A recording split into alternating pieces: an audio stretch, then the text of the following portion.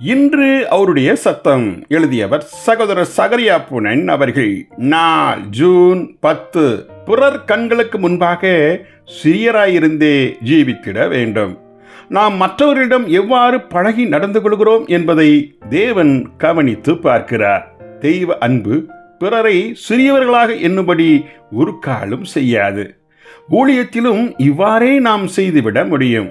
நம் ஊழியம் வல்லமை நிறைந்ததாய் அநேகரை ஆசீர்வதிப்பதாய் இருந்துவிட்டால் அந்த ஜனங்களிடம் நாம் சுலபமாய் ஆதிக்கம் பெற்றுவிட முடியும்.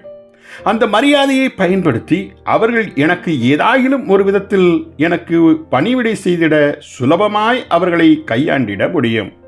அப்படி நான் செய்துவிட்டால் அவர்களுக்கு நான் பெரியவனாய் மாறி விடுவேன். இவ்வித நிலைக்குத்தான் நான் அதிகம் பயப்படுவதுண்டு. நானோ தாழ இறங்கி சிறியவனாகவே இருந்து பிறருக்கே பணிவிடை செய்திட விரும்புகிறேன். ஏனென்றால் நான் ஊழியம் செய்திடவே அழைக்கப்பட்டவன். மேட்டிமையானவைகளை சிந்தியாமல் தாழ்மையானவர்களுக்கு இணங்குங்கள் என கூறும் ரோமர் 12:16 பாருங்கள். தாழ்மையுள்ளவர்களோடு நாம் பழகி ஐக்கியம் கொள்வதையே வேதம் போற்றி உரைக்கிறது.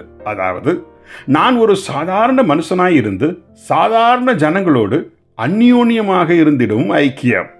இயேசு தனக்கென ஒரு பட்டத்தை வைத்து அழைத்து கொண்டதை நான் மிகவும் நேசிக்கிறேன்.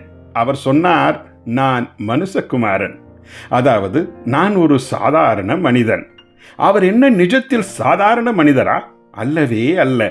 அவர் தேவன், சர்வவல்ல தேவன். ஆனால் பூமியிலோ ஒரு சாதாரண மனிதனாகவே ஜீவித்தார். எனக்கு யாதொரு வரம் இல்லாவிட்டாலும், என்னால் சரியாக கூட பிரசங்கிக்க தெரியாவிட்டாலும், நான் ஒரு சாதாரண மனுஷனாய் இருந்துவிட்டால் நான் நிச்சயமாய் அவரை போல் மாறிட முடியும். ஜெபிப்போமா?